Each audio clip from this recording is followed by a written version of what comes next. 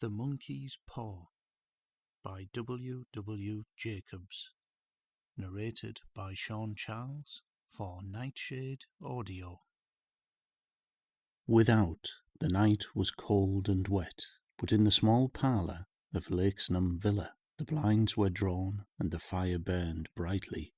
Father and son were at chess, the former, who possessed ideas about the game involving radical changes, putting his king into such sharp and unnecessary perils that it even provoked comment from the white-haired old lady knitting placidly by the fire. "Hark at the wind," said Mr. White, who, having seen a fatal mistake after it was too late, was amiably desirous of preventing his son from seeing it. "I'm listening," said the latter, grimly surveying the board as he stretched out his hand. "Check." "I should hardly think that he'd come tonight," said his father, with his hand poised over the board. "Mate," replied the son. "That's the worst of living so far out," bawled Mr. White, with sudden and unprovoked for violence. "All of the beastly, slushy, out-of-the-way places to live in. This is the worst. Pathways are bog, and the roads are torrent. I don't know what people are thinking about. I suppose because only 2 houses on the road are let, they think it doesn't matter."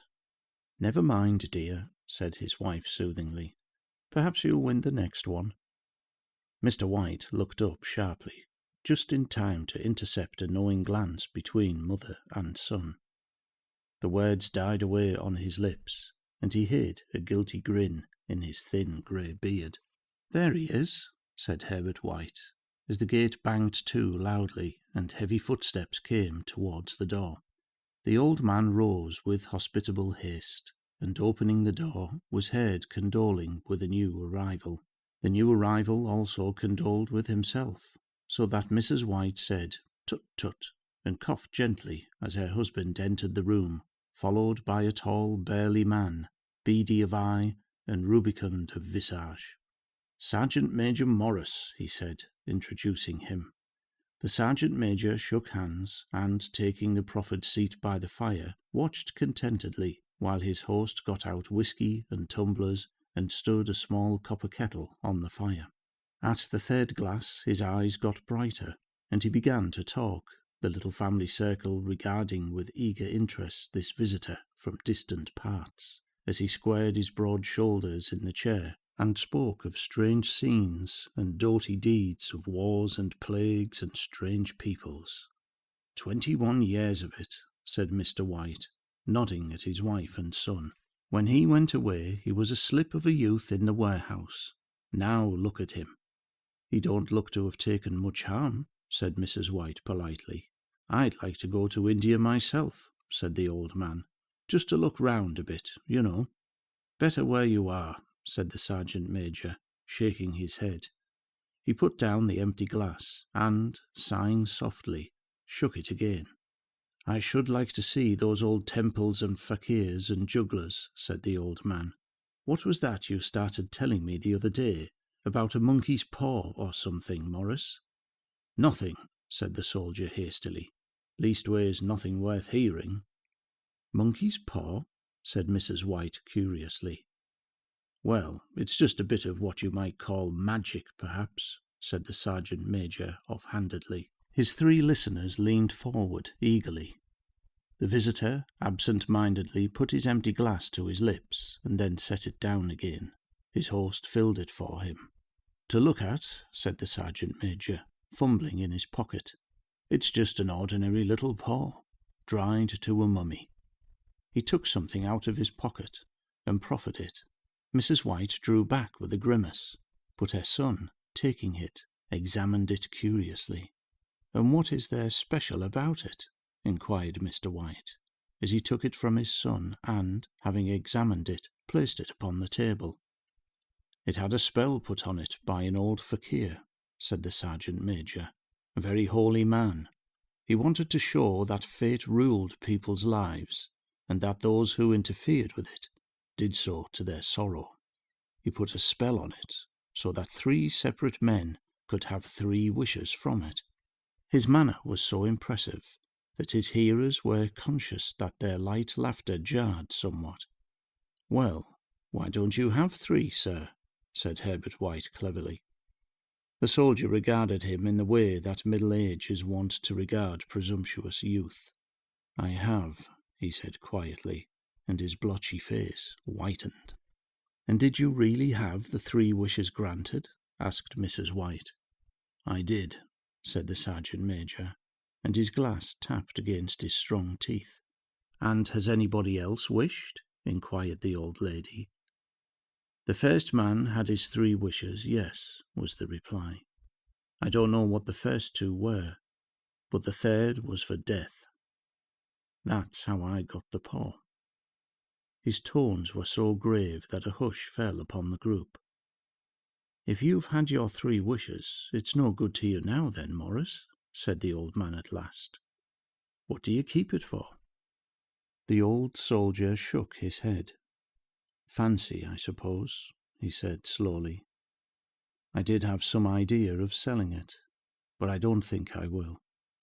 It has caused enough mischief already. Besides, people won't buy. They think it's a fairy tale, some of them, and those who do think anything of it want to try it first and pay me afterwards." "If you could have another 3 wishes," said the old man, eyeing him keenly, "would you have them?" "I don't know," said the other. "I don't know." He took the paw, and, dangling it between his front finger and thumb, suddenly threw it upon the fire. White, with a slight cry, stooped down and snatched it off. "Better let it burn," said the soldier solemnly. "If you don't want it, Morris," said the old man, "give it to me." "I won't," said his friend doggedly.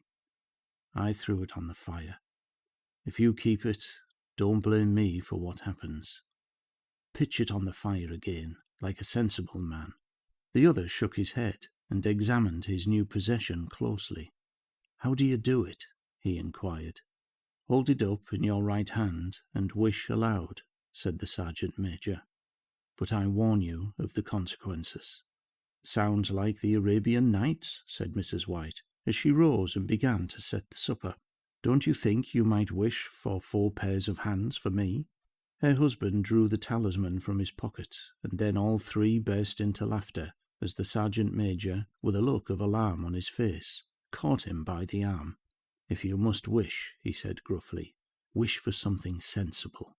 Mr. White dropped it back into his pocket, and placing chairs, motioned his friend to the table. In the business of supper the talisman was partly forgotten, and afterwards the 3 sat listening in an enthralled fashion to a second instalment of the soldier's adventures in India. "If the tale about the monkey's paw is not more truthful than those he has been telling us," said Herbert, as the door closed behind their guest, just in time for him to catch the last train, "we shan't make much out of it."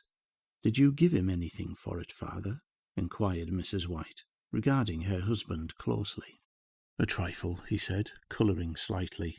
"He didn't want it, but I made him take it, and he pressed me again to throw it away."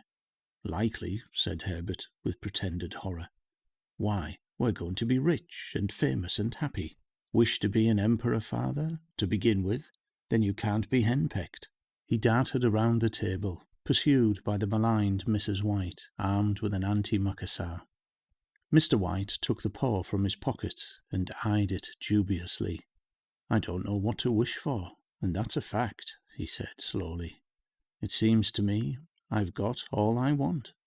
"If you only cleared the house, you'd be quite happy, wouldn't you?" said Herbert, with his hand on his shoulder. "Well, wish for £200 then. That'll just do it." His father, smiling shamefacedly at his own credulity, held up the talisman as his son, with a solemn face somewhat marred by a wink at his mother, sat down at the piano and struck a few impressive chords. "I wish for £200, said the old man distinctly. A fine crash from the piano greeted the words, interrupted by a shuddering cry from the old man. His wife and son ran towards him. "It moved," he cried, with a glance of disgust at the object as it lay on the floor. As I wished, it twisted in my hands like a snake.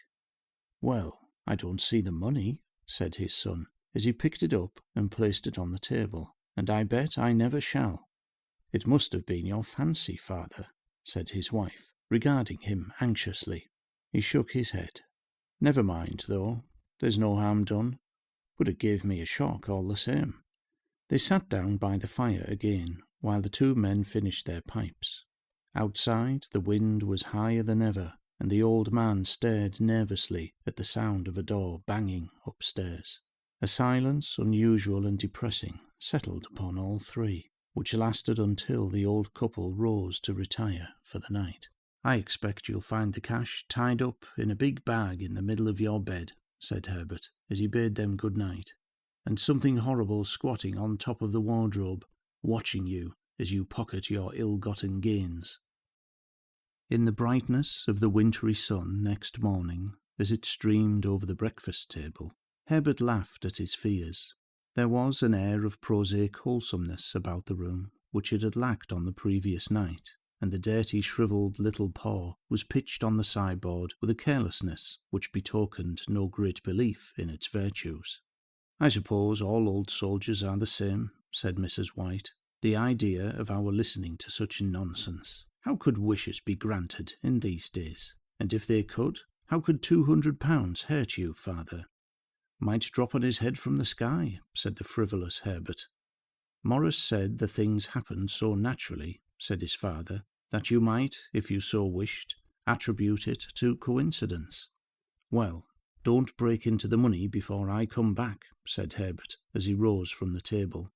I'm afraid it'll turn you into a mean, avaricious man, and we shall have to disown you.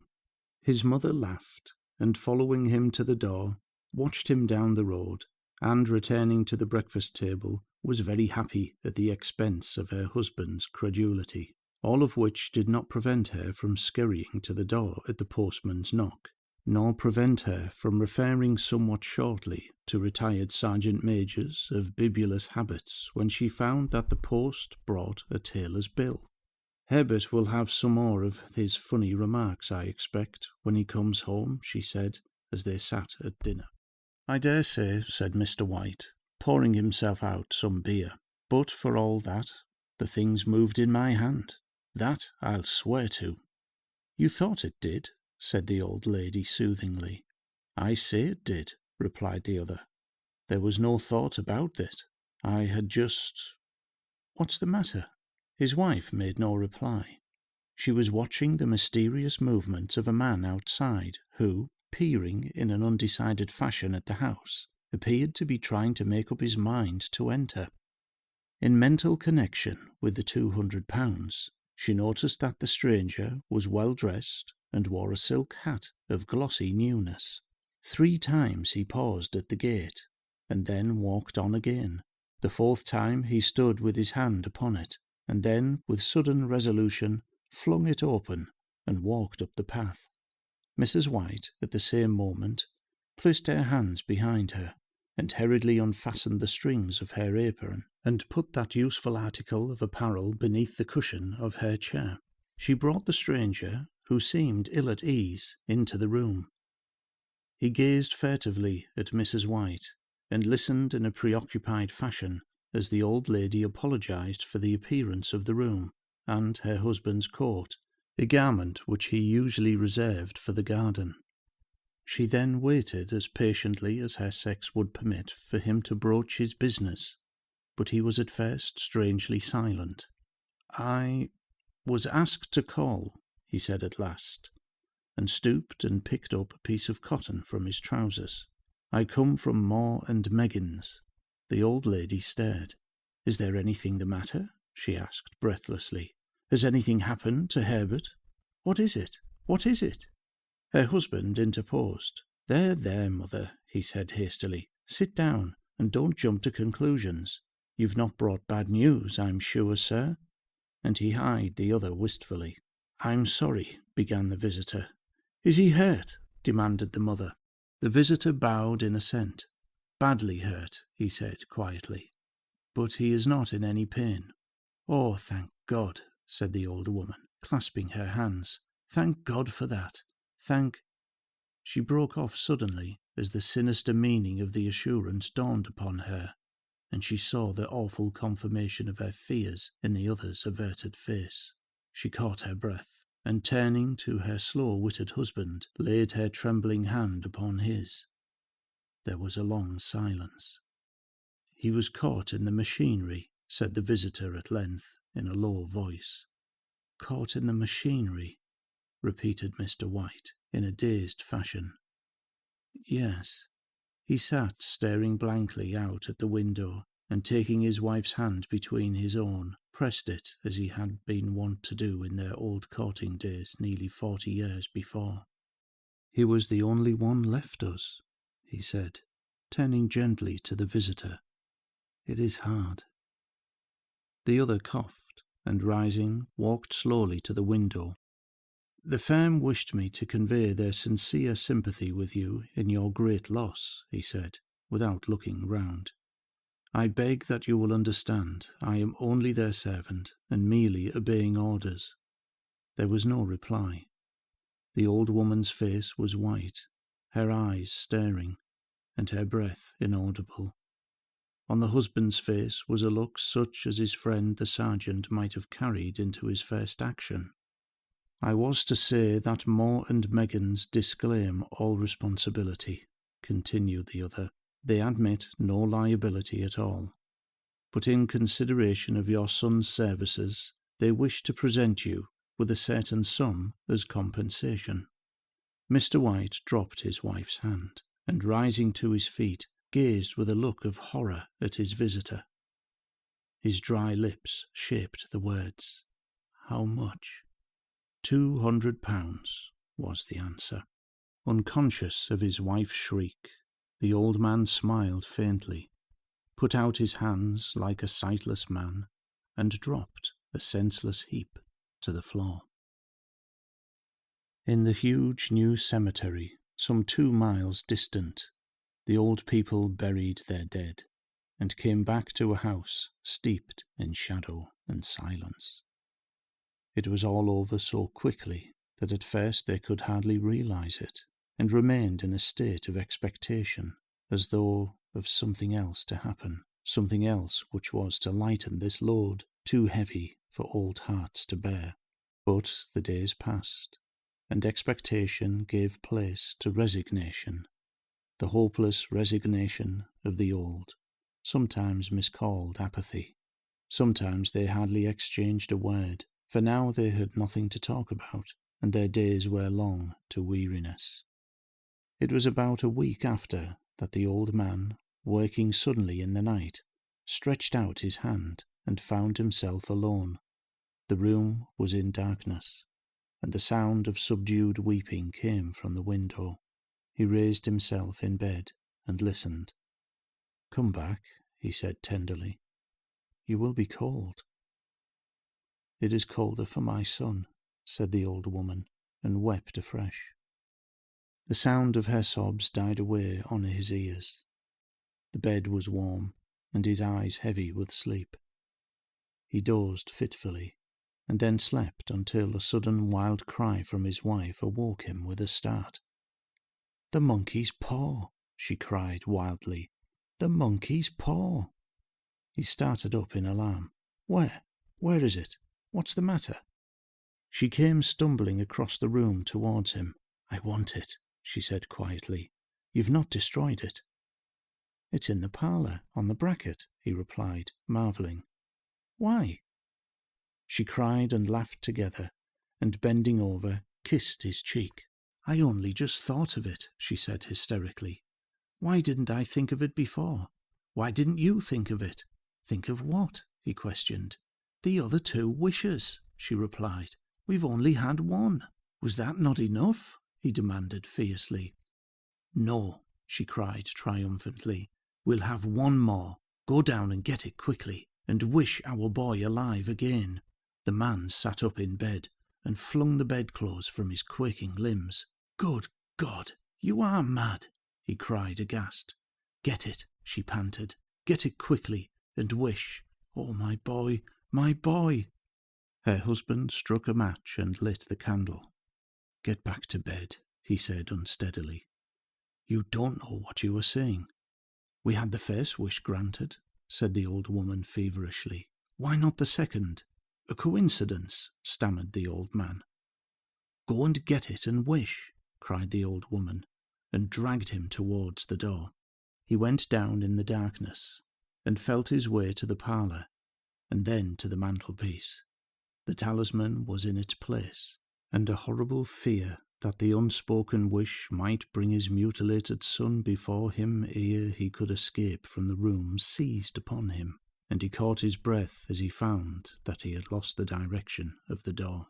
His brow cold with sweat, he felt his way round the table and groped along the wall until he found himself in the small passage with the unwholesome thing in his hand. Even his wife's face seemed changed as he entered the room. It was white and expectant. His fears seemed to have an unusual look upon it. He was afraid of her. "Wish," she cried in a strong voice. "It is foolish and wicked," he faltered. "Wish," repeated his wife. He raised his hand. "I wish my son alive again." The talisman fell to the floor, and he regarded it shudderingly. He then sank trembling into a chair as the old woman with burning eyes walked to the window and raised the blind. He sat until he was chilled with the cold, glancing occasionally at the figure of the old woman peering through the window. The candle end, which had burned below the rim of the china candlestick, was throwing pulsating shadows on the ceiling and walls until, with a flicker larger than the rest, it expired. The old man, with an unspeakable sense of relief at the failure of the talisman, crept back to his bed, and a minute or two afterwards the old woman came silently and apathetically beside him. Neither spoke, but both lay silently listening to the ticking of the clock. A stair creaked, and a squeaky mouse scurried noisily through the wall. The darkness was oppressive, and after lying for some time screwing up his courage, the husband took the box of matches, and striking one, went downstairs for a candle. At the foot of the stairs the match went out, and he paused to strike another, and at the same moment a knock, so quiet and stealthy as to be scarcely audible, sounded on the front door. The matches fell from his hand. He stood motionless, his breath suspended until the knock was repeated. Then he turned and fled swiftly back to his room and closed the door behind him. A third knock sounded through the house. "What's that?" cried the old woman, starting up. "A rat," said the old man in shaking tones. "A rat. It passed me on the stairs." His wife sat up in bed, listening. A loud knock resounded through the house. "It's Herbert!" she screamed. "It's Herbert!" She ran to the door, but her husband was before her, and catching her by the arm held her tightly. "What are you going to do?" he whispered hoarsely. "It's my boy! It's Herbert!" she cried, struggling mechanically.